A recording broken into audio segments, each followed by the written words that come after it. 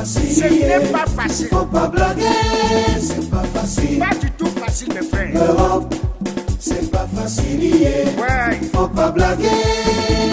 Je suis à Paris, je vois un blanc qui... En Afrique, il y a des gens qui abandonnent tout, croyant trouver une vie meilleure. Mais arrivé en Europe, ils se rendent compte que c'est pas du tout facile.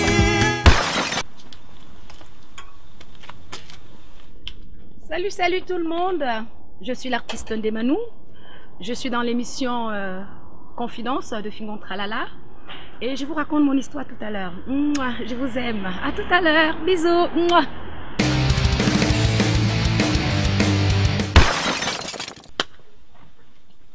Mais tu as fait comment? Mais mon ami Fingon, tu as vu, tu attendais depuis tout à l'heure. Non, mais je suis en train de venir chez toi, j'ai eu des problèmes avec toi, toi aussi. Oh là là, on a rendez-vous, c'est toujours l'heure de nos frères. Ils viennent à l'heure qu'ils veulent vraiment, mon frère. C'est l'intégration qui a Il faut changer dans ces histoires de rendez-vous là. C'est comment? C'est l'intégration qui a Je sortais déjà comme tu me vois là. Non, bon, ça veut dire qu'on entre plus assez, on est une fois ici. On va s'asseoir là. Un tchaké, mais tu allais où comme ça? J'allais, tu sais, je suis une artiste. Tu sais, les artistes sont invités à gauche, à droite, partout. C'est-à-dire, j'ai une soirée même. Non, tu es people, tu as dépassé au niveau d'artiste. Tu n'es plus comme les artistes, tu es people, donc le même rang que les Beyoncé, les Rihanna. C'est donc. Ok. C'est quoi, c'est mouillé? Un peu, mais c'est pas grave. Hein? On va faire avec quoi? On fait avec. Ndemanou. Oui, mon ami. Pour ta voix n'est pas facile. C'est vrai, je suis très occupée. Tu sais, entre ma carrière et mes activités, il faut trouver du temps. Ah oui, mais dis-moi un peu, c'est quoi ton quotidien? Qu'est-ce que tu fais au quotidien? Est-ce que quand tu sors, tu travailles dans les maisons des personnes âgées ou bien tu ne te concentres que pour ta carrière? Dis-moi, tu fais autre chose que la musique?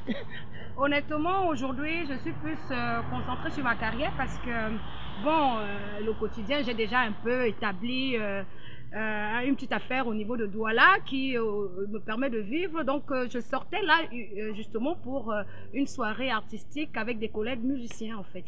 Ça, c'est mon quotidien. Et dis-moi, comment tu fais pour t'en sortir uniquement de la musique ici en France? Parce qu'on sait que, bon, il y en a beaucoup qui viennent ici et font plusieurs choses. Sont obligés d'être soit vigiles ou bien de faire dans la sécurité. Mais toi, tu fais comment? Tu fais comment? Alors, la chance que j'ai aujourd'hui, c'est vrai qu'au départ, c'était un peu compliqué. J'étais obligée de faire comme mes confrères hein, qui sont obligés de travailler. Voilà, j'ai passé cette étape-là. Aujourd'hui, comme je t'ai expliqué, j'ai cette affaire qui me permet de vivre de ma carrière, c'est-à-dire que de mon côté artistique que je fais au quotidien, c'est-à-dire que je sors tous les jours là, je vais rencontrer des musiciens, on essaye de mettre des projets artistiques, c'est-à-dire que des mélodies, des chansons, on écrit, on compose avec des grands musiciens camerounais, parce qu'aujourd'hui je travaille beaucoup avec des Camerounais en fait. Bon. J'ai travaillé avec des Blancs au départ, avec Frédéric Viors, hein, qui est dans le 77, voilà. À Moissy Cramaillère, et avec Annie Anzoué, la grande chanteuse camerounaise. D'ailleurs, à qui je fais un big up, hein, maman Annie, je t'aime, hein, ta fille t'aime. Hein. Maman Annie, moi aussi je t'aime, je t'aime. Et donc, voilà, à l'époque, c'était en 2007 qu'elle m'a amené chez Frédéric Viors. Et aujourd'hui, c'est vrai que j'ai cette activité au niveau de Douala qui me permet de concilier les deux, c'est-à-dire de concilier ma carrière, c'est-à-dire que je gagne un peu d'argent avec mon activité et puis ça me permet de payer mes musiciens, les bisous basses, les bassistes, les bellemons, les guitaristes pour pouvoir entrer en studio et sortir un opus. Voilà. Bon, dis-moi alors, bon, ça fait combien d'années tu es en France? Ça fait 16 ans exactement. Je suis arrivée en France en 2000. Hein. 16 ans? 16 ans, oui. Comme tu es en France? Oui. Et quels sont les différents boulots que tu as exercés ici? Au départ, quand je suis arrivée, je vais vous dire honnêtement, hein, bon, j'ai commencé par justement, j'étais auxiliaire de vie. Hein, auxiliaire de vie, c'est-à-dire aller travailler pour des personnes âgées, hein, dans des maisons de retraite. Donc tu retirais les couches sur les vieilles personnes? C'est ça? Disons que moi j'apportais plutôt le repas parce que il y avait une aide soignante qui faisait ce travail. C'est-à-dire que moi j'apportais des repas, mais c'est à peu près la même chose. Hein. Bon, moi on m'avait donné un petit rôle le midi pour gérer les repas des personnes âgées, mais c'est vrai qu'au départ en Europe c'est très compliqué. Hein. C'est-à-dire que si tu n'as pas de diplôme, hein, si tu n'as pas un bac ou machin plus 5, tout ça, tu vas faire ces petits boulots parce que ici c'est comme ça. Nous on a des petits boulots voilà, d'auxiliaires de vie, de vigiles, voilà, de plongeurs même, hein, dans les restaurants, etc. Voilà. En pour tout des cas, gens qui arrivent. En tout cas, Ndema nous veut comme ça dire que le travail qui est réservé pour les immigrés ici, il y a les personnes âgées, dont les personnes du 3e âge, les gens qui ont déjà 120 ans, que tu touches mal à côté de lui, il meurt. Voilà. Maintenant, ton travail auprès de lui, c'est d'enlever les couches, lui donner à manger. Et si tu le nourris mal, ça l'étouffe, il meurt, tu pars en prison.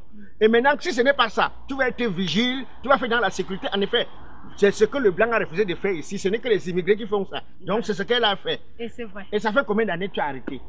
Ben, en fait, j'ai fait ça pendant 2 ans. C'est-à-dire que quand j'arrivais en France, parce que moi je vis en France depuis 16 ans, il fallait que je fasse ça pour me nourrir. Hein. Vous savez, tout le monde passe par là, surtout ceux qui, comme je vous dis, ne sont pas venus dans le cadre des études, ceux qui viennent en aventure. Hein. En aventure, bon, donc moi, je dis ceux qui viennent en aventure, qui n'ont pas de diplôme.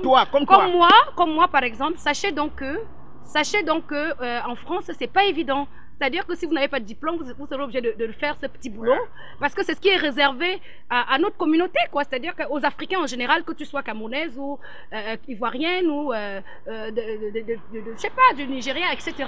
Pour les Africains, c'est ce genre de boulot que les Blancs nous proposent, quoi. Voilà. Je dis, maman, une belle femme comme toi, tu es venue, si tu n'as pas eu ta part de blanc, tu n'as pas eu ta part de blanc, comment une belle femme comme toi peut venir souffrir avec tout ce que tu as comme beauté? Tu as 18 carats de beauté quand même. Mais où bien? Je vais te rassurer, mon ami Fingon, je ne souffre pas. Parce que j'ai eu la chance quand même. Parce que, bon, Dieu merci, je dirais Dieu, parce que c'est Dieu qui m'a mis sur un chemin. Il m'a mis des bonnes personnes sur mon chemin. Et honnêtement, je vais être sincère, au départ, ça a été un peu difficile. Donc, j'ai été obligée de travailler pendant 2 ans. Mais après, j'ai rencontré mon ex-mari, Barat, qui m'a épousée. Barack Obama. Attends, Barack Obama. Barack Michel. C'est mon premier mari. Barack Michel. Voilà, qui m'a épousée et qui m'a permis d'être propriétaire au niveau du Cameroun. Et je dis Dieu merci, parce que c'est vrai que c'est souvent difficile pour les hommes comme les femmes. Mais c'est vrai, mon cas est un peu particulier, parce que je dis, je suis quelqu'un de très pieuse. Je prie beaucoup. Ouais. Et à chaque fois quand j'ai prié, Dieu m'a envoyé une bonne personne qui m'a aidé sur mon chemin, tout simplement. Il est où Barak là maintenant? Ben, on est divorcés en 2000. Il est parti. En 2012. Hein. Moi, je suis divorcée et aujourd'hui, bon, je ne vais pas rentrer dans ma vie sentimentale. Non, tu sais, mais un de perdu, un de retrouvé. Voilà, un de perdu, un de retrouvé. Aujourd'hui, j'ai retrouvé un autre que je ne citerai pas le nom. Non, c'est moi. C'est moi. Mais on ne vous donne pas les noms, c'est moi. Bon, je dis, hein, oui. Est-ce que tu as eu des collaborations avec des artistes camerounais ici sur place en France qui t'ont aidé à t'imprégner dans le monde musical? La première personne qui m'a ouvert ses portes au départ, quand j'ai commencé ma carrière au niveau de la France, c'était en 2004, Mastéo. Il a chanté en 2004 pour mes 25 ans. J'avais 25 ans en 2004. Mastéo m'a fait une chanson qui m'a plu. Et ça a réveillé ce côté, parce que moi, en fait, j'ai commencé la musique en 98. Ici en France? Non, au Cameroun. En 98, j'étais au Cameroun parce que je suis entrée en France en 2000. Donc, j'ai commencé au studio Makassi avec... je faisais des chœurs, hein, donc voilà, ça se passait très bien. Mais quand j'ai voyagé en 2000, hein, je suis arrivée, je suis tombée dans ce milieu artistique. Vous savez, je suis une personne qui aime la vie, donc je fréquentais beaucoup des cabarets, etc. Donc je suis sortie un soir comme ça dans un cabaret, j'ai rencontré Mastéo, il a très bien chanté. J'ai dit, bah, écoute, moi je fête mon anniversaire, telle date. Il m'a dit, pourquoi pas, je peux te faire une mélodie. Alors j'ai dit, ah, avec plaisir. Alors quand il m'a fait cette mélodie, j'ai dit, mais mon Dieu, mais je vais reprendre ma carrière parce que j'ai ce côté artistique en moi. En fait, Demano, c'est une artiste de l'âme, hein. C'est pas une artiste qui a été au conservatoire comme plein d'autres artistes. C'est-à-dire que je suis d'abord quelqu'un qui est né avec ce truc en moi, ce don à moi. Et donc Mastéo a un peu réveillé encore ça, puisque j'avais commencé au Cameroun. Et quand il a chanté pour mon anniversaire, j'ai dit, ah mon Dieu, je reprends ma carrière tout simplement. Et ça a commencé comme ça.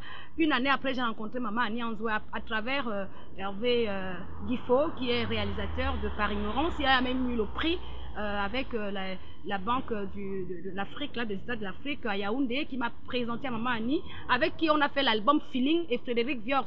Et Frédéric Viors, c'est un grand monsieur qui a été guitariste de Johnny Hallyday et qui a fait également Père Lama, qui a eu le succès international chez les Antillais et en France également. Voilà, donc elle a travaillé avec les Frédéric Viors. C'est le nom des Blancs, vous ne pouvez pas comprendre. Bon, dis-moi un peu, apparemment aussi, tu as été victime de certains coups, qu'il y a certaines personnes qui sont venues te dire que on va t'aider à être grand star. Pour finir, ils sont devenus les gigolos. C'est vrai ou faux? C'est vrai. Vous savez, dans ce monde-là, il y a beaucoup de loups. Hein. Tu sais, nous sommes dans ce monde artistique entouré des loups. Donc, il faut vraiment être vigilant pour celles qui commencent, les nouvelles, qui veulent se lancer dans le monde artistique. Faites très attention parce que essayez de bien vous renseigner. Moi, ce que je vous dis, de voir vraiment à qui vous pouvez faire confiance. C'est pas évident. Chance qui t'a même pas lié en santé, vraiment. C'est que nous sommes où maintenant?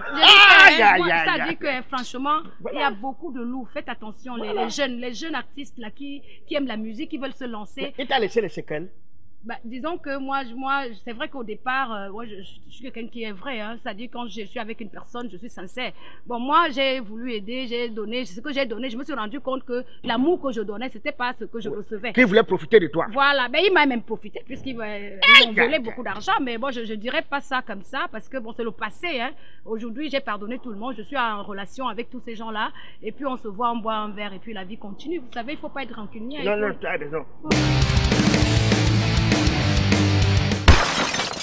Demano, oui. Maintenant, je vais te poser une question. J'ai constaté qu'ici en France, il y a certaines personnes qui vont sur des réseaux sociaux s'insulter, qui vont sur des réseaux sociaux régler des comptes, qui vont sur des réseaux sociaux créer des histoires, fabriquer des histoires. Que penses-tu de ce genre-là, de ces Camerounaises-là et Camerounais qui ont choisi, qui ont créé dans les réseaux sociaux un champ de bataille, un champ où il faut s'insulter, où il faut se taquiner pour la communauté camerounaise, pour l'image du Cameroun? Est-ce que selon toi, comment trouves-tu cela? Honnêtement, je trouve ça très triste pour mes compatriotes, c'est-à-dire que mes sœurs camerounaises, je crois que c'est vraiment la dérive parce que une femme qui se permet de se mettre en public et dire du n'importe quoi, je trouve que c'est un grave problème. C'est un grave problème et j'interpelle ces filles-là. Mes chéries, ce que vous faites là, c'est pas à notre avantage. C'est pas à l'avantage du peuple camerounais. Vous êtes en train de faire des choses que quand le monde, même le blanc là, nous regarde, c'est pas à notre avantage. Changez. Je vous demande, c'est-à-dire que je vous prie, je vous fais une prière. J'ai déjà été moi-même victime. Toujours dans ce sens-là, de la paix, quand j'ai voulu intervenir pour vous mettre la paix, moi, en tant qu'artiste, en tant que princesse de l'Ouest qui représente la Ménois, en tant qu'une fille qui porte les couleurs du vert ou jaune, qui aime la patrie, qui aime le pays, ça m'a tellement attristée que j'ai été obligée de faire une vidéo pour interpeller toutes ces filles des réseaux sociaux, pour vous demander de changer. Ça ne valorise pas notre pays, les sœurs camerounaises. Arrêtons de nous exhiber négativement. Vous pouvez réfléchir. Il y a beaucoup d'enfants qui souffrent en Afrique. Vous pouvez créer une petite association pour commencer à faire des vidéos pour demander de l'aide pour nos enfants qui sont dans nos villages. Ça, c'est positif. Hein? Si vous voulez vous faire remarquer, je comprends qu'il y en a qui ont soif de la gloire, il y en a qui ont soif du succès, mais on peut faire des femmes qui font des spectacles, des associations. Ça marche. Elles se font remarquer positivement. Mais vraiment, je vous interpelle là-dessus. Arrêtons de nous exhiber négativement. Cherchons des choses qui nous valorisent, qui valorisent notre pays, le Cameroun, la patrie, le vert ou jaune là. J'aime mon pays. Et je ne voudrais pas voir mes sœurs camerounaises se déchirer comme ça. C'est pas bon pour l'image de notre pays. Voilà. S'il vous plaît, respectons le pays, respectons le Cameroun. Voilà. Respectons notre beau pays, le Cameroun, s'il vous plaît. Merci. En bon entendeur, salut. On espère que vraiment, à travers cette vidéo, il y en aura plein qui vont essayer de modérer. Tout à l'heure, tu sortais, non? Oui. Mais il faudrait pas que tu rates ton rendez-vous. On peut marcher en parlant. Hein. Jeunes frères et sœurs camerounais et camerounaises, c'est vrai que je ne peux pas vous décourager de venir en Europe parce que moi, j'ai gagné ma vie en Europe, mais honnêtement, j'ai eu la chance, comme je vous dis, je suis quelqu'un qui est très pieuse, hein, mais il y en a vraiment qui souffrent. Hein. Bon, si vous voulez, en fait, ça dépend de chaque personne. Si vous sentez que c'est en Europe que vous allez réussir, venez, mais essayez de trouver un chemin droit, c'est-à-dire que pas passer par la mer Méditerranée comme tous nos confrères qui tombent dans l'eau, qui meurent. Essayez d'avoir un visa. Hein, c'est-à-dire que venir normalement, comme nous il y a 16 ans, nous sommes entrés. Et je pense que déjà dans la légalité, vous pourriez avoir la possibilité de trouver voilà, pour travailler. Parce qu'en Europe, sans papier, c'est très compliqué. Mais hein? attends, je dis, hein, et pour celle qui travaille, qui gagne bien sa vie au Cameroun, elle vient ici faire quoi? Parce qu'il ne faut pas les mentir. Hein. Non, moi je dirais que si tu gagnes bien ta vie au Cameroun, essaye d'avoir les vacances pour un mois pour venir ici. C'est encore mieux que de venir tout recommencer. Si tu prends même tes vacances, tu n'es pas obligé de venir ici. Il n'y a pas ton village. Pas au village, il y a les Badounes, il y a les Bafoussam. Pas là-bas. C'est vrai, mais comme les gens, ils ont envie de découvrir. Les Blancs rêvent d'Afrique, les Africains rêvent d'Europe, les Américains rêvent d'Europe, les Européens rêvent d'Amérique. Donc chaque personne a toujours son opinion, ils ont envie de découvrir. C'est toujours, l'être humain est toujours à la quête de la découverte. Donc, je dis ceci, quand tu n'as pas de diplôme, tu es obligé de faire des petits boulots. Mais je vous encourage d'aller à l'école, mes jeunes frères camerounais et sœurs camerounaises. Allez à l'école. L'école, c'est-à-dire que quand tu es instruit, tu as la possibilité de mieux faire. C'est tout simplement. Voilà. Et sachez aussi que l'Europe change le cerveau. Il y a ceux que j'en connais qui sont venus ici jouer au football. Maintenant, c'est les gardiens de nuit. Il y a ceux qui sont venus ici fréquenter, maintenant font que dans la brocante. Il y a ceux qui sont venus ici, au Cameroun, c'était les grands DJ. Ici, là, ils balaient que les restaurants. Donc, l'Europe tue ton cerveau. Il y a d'autres même qui sont devenus les gigolos. Gigolos. Qui envoient les femmes faire des conneries. Voilà. Et ils sont marques de les femmes. Et ça, c'est pas bien. Ça, c'est pas bien. C'est pour ça qu'il faut voir. Et après, ils sont sur les réseaux sociaux, Facebook, en train de dire l'Europe est bien, l'Europe est bien. Que bien. Que bien. Moi, même si je n'ai pas appris mon travail. Non, l'Europe est bien pour la santé. Même au Cameroun, il y a la santé. Non, il faut que... Demano, tu sais, l'émission tend à sa fin. Si tu as un dernier mot, parce qu'on va se séparer, toi tu pars comme ça, moi je veux prendre mon train par là. Maintenant, si tu as un dernier mot, dis vite, on se sépare. Je dis, c'est le travail qui paye. Pour ceux qui sont à l'école, allez à l'école. C'est ça qui est votre avenir, préparez votre avenir. Pour ceux qui travaillent, continuez, parce que c'est ça, c'est tout. C'était l'artiste Demano, la princesse de l'Ouest du Cameroun, qui représente la Ménois. Voilà, les gars. Et Fingontralala. Je ne savais pas qu'à Tcharon, on pouvait avoir les belles femmes. C'est la première fois que je vois une telle... Voilà. Demano, je croyais que la plus belle femme de Tcharon, c'était la feu phonique. Donc il y a encore. Il y a Demano, la princesse. Non, toi c'est la bombe. Bon, chérie, l'émission tient à sa fin, on s'appelle alors. Allez, ça m'a fait plaisir. Hein. Merci beaucoup. J'espère qu'on va se revoir encore pour d'autres émissions encore plus donner les conseils. On a besoin de ça, mon frère. Il faut que la jeunesse comprenne ce qui se passe ici. Ça va aller, mon cœur. C'est une très grande émission et je te dis bravo. Merci, bon. On s'appelle alors. Ok. À tout à l'heure. Allez, ciao, ciao. Au revoir. Ne prenez plus la route. Ne prenez plus la route. Si tu as ton boulot au Cameroun ou en Afrique, mon frère, même si c'est 60 000, reste, ne viens pas. L'Europe est finie, fini. C'est pas facile. Nia Julio, que ton âme repose, mon frère. C'est pas facile, faut pas blaguer. C'est pas facile. Yves Mathurin, l'amiral Touré. C'est pas facile, faut pas blaguer.